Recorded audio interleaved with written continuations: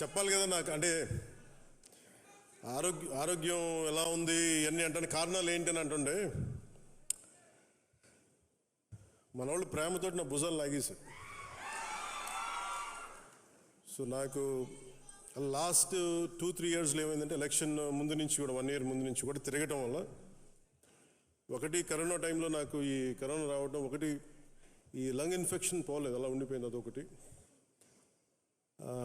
తర్వాత ఈ దుమ్ము ధూళిలో తిరగటం వల్ల అది లోపల ఒక ఈ సైనస్ ప్రాంతాల్లో చాలా కరుడుగా హార్డ్ అయిపోయింది, ఆ డస్ట్ బాల్ అయిపోయింది. అందుకని ఇక్కడ వాచిపోయేది, నాకు అర్థమైంది కదా చాలా కాలం.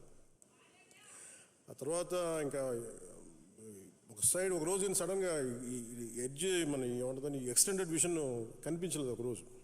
సో అందుకని అన్ని ప్రోగ్రామ్స్ మన అంజుబాబు గారి భీమవరంలో ప్రోగ్రామ్ ఉన్నా కానీ క్యాన్సిల్ చేసి హైదరాబాద్ తిరిగి రావడానికి దాదాపు 1 నెల పట్టింది రావడానికి.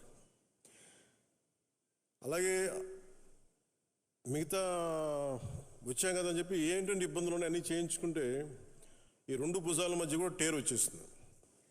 వాళ్ళు అడిగారు ఎట్లా, క్యాల్సిఫికేషన్ కూడా వచ్చేసింది 2 భుజాలు, మన భుజాల్లో ఎట్లా వచ్చింది అని అడిగితే ఏం లేదు, నన్ను మా వాళ్ళు ప్రేమతో లాగేశారు అన్న అని చెప్పి, ఒకళ్ళు ఇట్లా ఆగుతారు అట్లా ఆగుతారు. అంటే అంతకుమించి నాకు వేరే కారణాలు కనిపించలే. ఎందుకంటే ఒకసారి మధ్యలోకి వెళ్తున్నప్పుడు షేక్ హ్యాండ్ ఇస్తే వదలరు కదా, ఆ లాగటంలో ఎంత బలంగా గుంజుతారంటే కండ తెగిపోయేంత.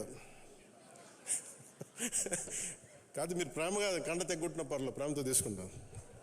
ఎందుకంటే హీలింగ్ కూడా